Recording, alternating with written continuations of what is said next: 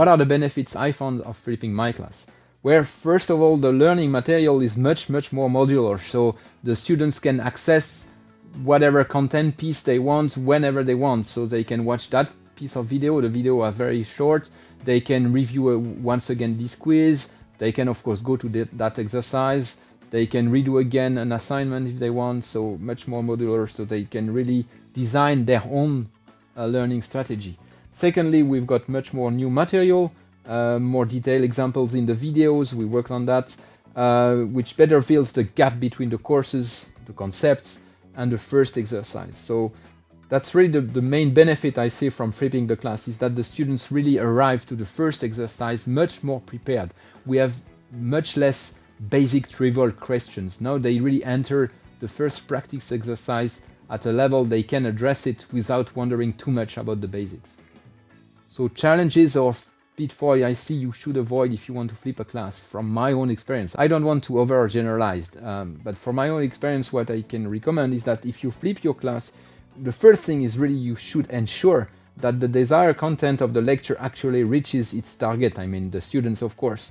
Otherwise it's simply just a huge waste of time. The second piece of advice I could give is, if you flip the class, you shouldn't lose the fellowship, the social dimension of learning, which is, I think, also one of the motivations to learn. The reason why I think flipping the class worked for my case, I don't want to overgeneralize, but for my case it was first because we spent quite some time, and actually a lot of time, developing new material. So it's really time consuming, and it doesn't save time at all. The second reason why it worked for me, it's because it started from an old course. So I knew this course very well. I knew where the students have problems, where I should emphasize this or that, what should be presented into the video form, what should be put into a quiz form. So I benefit from my learning experience. I don't think it is worth flipping a new course. You don't have any hints where to do what.